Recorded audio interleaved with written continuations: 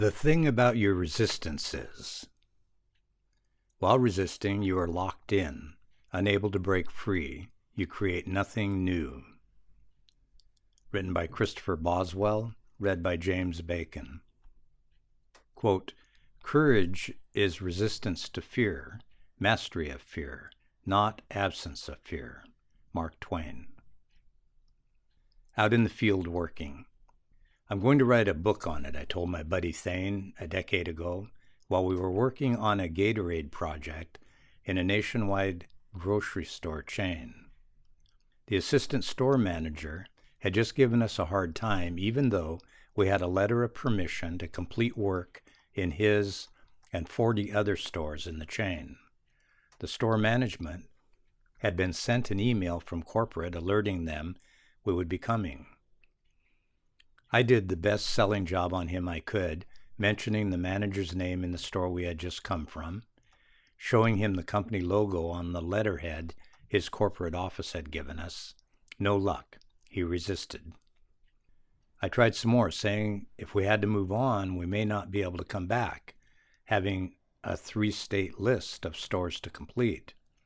At that point, he shot me a dirty look and asked if I had a business card. Maybe I had gone too far. I handed him the card. He made us wait for a half hour while he tried to call the corporate office. We were being paid per job completion, so this effectively reduced our pay. We would not earn any money as we waited for the uninformed manager. We decided the timing would be good for some lunch. Quote, "The resistance that you fight physically in the gym and the resistance that you fight in life can only build a strong character." Arnold Schwarzenegger. Just doing our jobs. We were tasked with resetting the entire Gatorade section. In most stores, this was a 5 gondolas stacked floor to top with heavy liquid-filled sports drinks. It was no small feat, especially while the store was open and customers needed to shop the narrow aisle we would be in. As we looked at the area planning our attack, he finally came to give us the go-ahead, then barked some commands to make sure we knew who was running the show. Thane and I looked at each other. The same thoughts were swirling in our heads as we began to work, and I muttered an insincere thank you.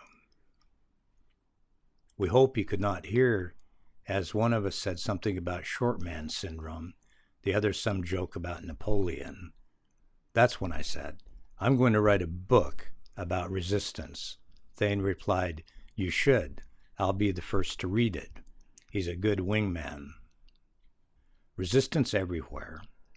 A close friend and I took a shop class in 7th grade about electricity or something.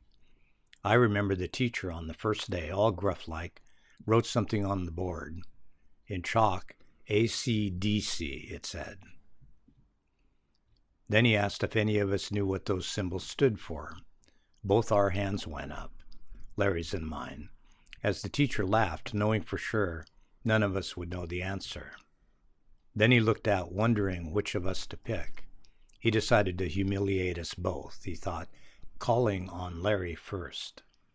"You in the plaid shirt," he said, not knowing our names yet. Soon he would. "Go ahead and tell us what AC stands for." "Alternating current," Larry correctly answered, as I smiled, pushing my hand up higher. The teacher looked disgruntled. "How about you, Goldilocks? What does DC stand for?" he asked. The class laughed. I had long hair and took pride in it. I waited for a minute to answer. This pleased him, as he thought he had me. "Direct current," I replied, about as loud as I could without yelling, looking over at my friend Larry as he smiled. Larry had a next-door neighbor who was into all kinds of radios and electrical stuff, and we were too. We knew all about current and electrical voltage. The teacher moved on to explain what we were in for. His first lesson was on resistance, and he showed us how to measure it with a meter. Too much resistance in an electrical circuit, and it heats up, burns out, and fails. This is key to my message here and bears repeating. Too much resistance in a circuit, and it heats up, burns out, and fails. Quote, each time a man stands up for an ideal, or acts to improve the lot of others, or strikes out against injustice, he sends forth a tiny ripple of hope, and crossing each other from a million different centers of energy and daring, those ripples build a current that can sweep down the mightiest walls of oppression and resistance. Robert Kennedy. Resistance in us. Fast forward 30 years back to the grocery store. One of the reasons this phenomenon has appeared to me is because of projects like the Gatorade Reset. Interacting in hundreds of different stores doing the same project. It's the same me every time, the same approach, using the same words I have refined over decades. The lines I know work the best for getting fast access to the location. The majority of folks respond with a, "Sure thing, let us know if you need anything." This is curious to me. Why do some choose to resist, even when they don't have to lift a finger or do anything? Of course, I've had them make it about me. I'm too late, or have a red shirt on instead of a blue one, or whatever. It has appeared again and again. Many times, while experiencing resistance, I can find the right word. Something that those listening had to hear that unlocked the door, creating and allowing within them. It was resistance that got Bill Gates the chance to write the first version of DOS for IBM back in 1980. Gates had actually sent IBM to a competitor because he didn't think Microsoft was ready. Resistance. That company turned IBM down, resistance, as they were intimidated by all the lawyers in suits and the multi-page contract. IBM finally went back to Gates, who decided he was not going to give them another chance, and he signed the contract. Of course, the rest is a real success story. Founder of EST, Earhart Seminar Training, later morphing into Landmark Education, says, "What you resist persists." Indeed, it's true. Thane and I persisted in sticking around to do our job at the grocery store. All the manager achieved with his resistance is opening an opportunity for breakdown to occur, plus wasting his time. He also wasted at least 3 other people's time. To achieve what? Here's what Lisa Quast said in her Forbes article titled, "Overcome the 5 Main Reasons People Resist Change." While many people joke that the only constant in business is change, change has an interesting way of affecting people that can often result in resistance. This resistance can range from fairly subtle, such as avoiding or passive-aggressive behavior, all the way to outright defiance, hostility, and sabotage. Quote, "I assess the power of a will by how much resistance, pain, torture it endures, and knows how to turn to its advantage." Friedrich Nietzsche. More about resistance. Lisa goes on in her article and lists 5 reasons she thinks resistance shows up in the workplace: fear of the unknown, surprise; mistrust; loss of job security, control; bad timing; and an individual's predisposition toward change. I would have to agree, and on timing, I've noticed something to corroborate her findings over and over in my working history. Have you ever entered a restaurant or a ma and pa retail store in the last 15 minutes before they close? Have you felt the resistance? Many times, visible evidence of their disgust appears, having already prepared to make a mad dash for the door 2 minutes after closing. The restaurant worker may even say, "Do you know we close in 15 minutes? I'm not staying after that to get spit in my food." Or, notice the resistance in you to do any more work on a late afternoon at the office when there's a company holiday day off coming up.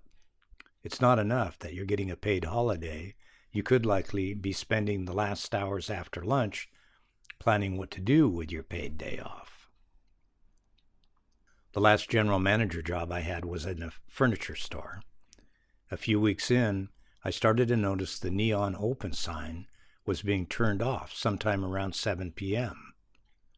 The only problem was we were open until 8 p.m. A little perplexed, I would just go turn it back on. I really didn't get it until about the 5th time. As I pulled the chain that turned the light on, a couple in their car was backing out of the parking lot. They saw me turn the sign back on and reverse direction. They had come to see us, saw the sign, and were going to drive away. I was not happy. Welcoming them in, they said they would be quick, knowing we were closing soon. I made a big deal out of answering them loudly, saying, "Please take your time. We don't close with folks needing furniture inside. We will stay as long as you need us to, even 9 or 10 o'clock. They were immediately endeared to me, knowing it was sincere. They felt comfortable, shopped, and bought, wanting nothing to do with any other salesperson. One of the expectations of the man who hired me was for me to turn things around. The store's sales were faltering. Now I knew at least one reason why.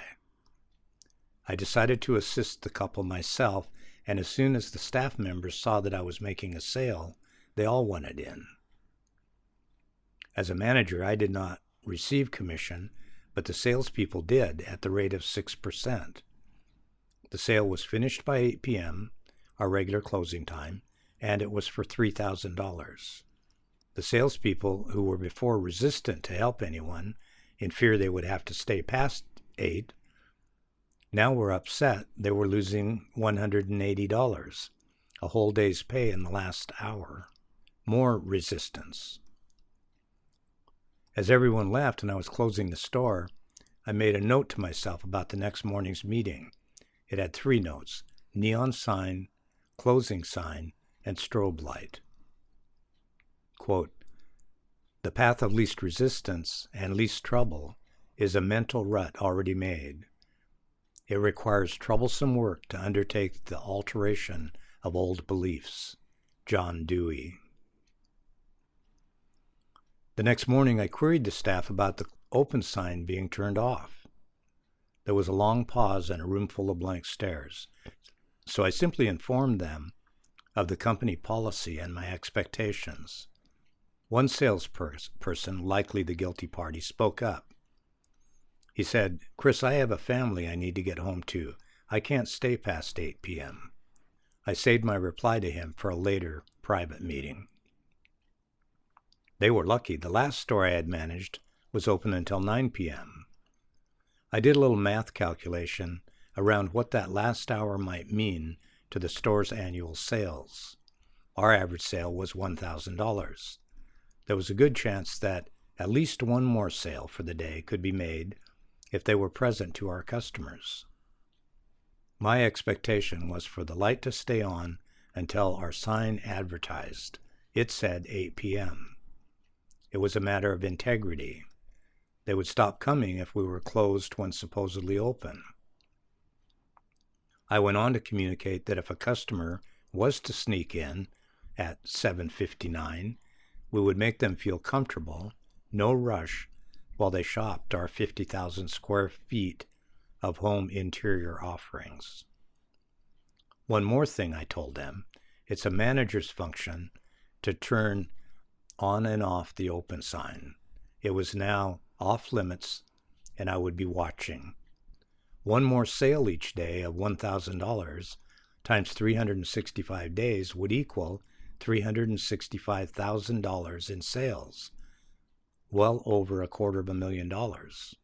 That amount could make or break a store's year, keeping it afloat and able to cover the payroll of some ungrateful salespeople. Or they could kill it with their self-centered behavior. They were visibly unimpressed by my presentation. A few days later, I mounted a strobe light in the entry. We got a whole lot busier after dark. The following year, sales were up 15%. My boss was very happy. Wow, I've sailed right past 2,000 words. I better let you get on to the next thing. I hope you found some value in this article. Until next time, cheers, Christopher. Copyright 2020, Christopher Boswell, all rights reserved.